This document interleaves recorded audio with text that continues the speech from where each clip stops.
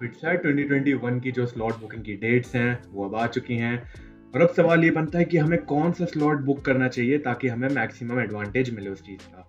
तो मैं अपने एक्सपीरियंस से बताऊंगा कि जो बिटसैट में क्वेश्चंस का डिस्ट्रीब्यूशन होता है वो टोटल रैंडम बेसिस पे होता है।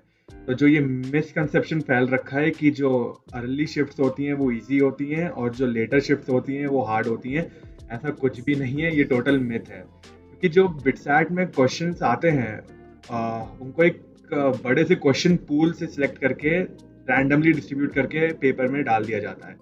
तो ऐसा कोई पैटर्न, स्पेसिफिक पैटर्न फॉलो नहीं होता है, ठीक है। और ये स्टूडेंट की जो प्रिपरेशन है उस पर भी डिपेंड करता है। अगर तुम्हारी प्रिपरेशन अच्छी है तो तुम्हें इजी हार्डेस्ट शिफ्ट भी इजी लगेगी, और अगर तुम्हारी प्रिपरेशन अच्छी नहीं है तो फिर तुम्हें इजीएस्ट शिफ्ट भी ऑब्वियसली हार्ड लगेगी।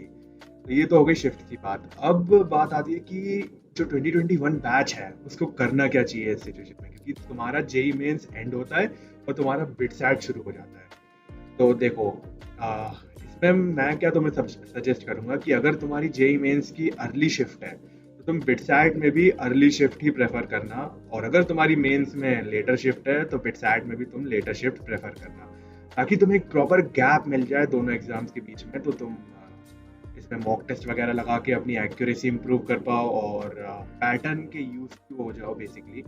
और जो गैप, जो डिफरेंस है दोनों एग्जाम गैप को तुम कंपनसेट कर पाओ उस टाइम में।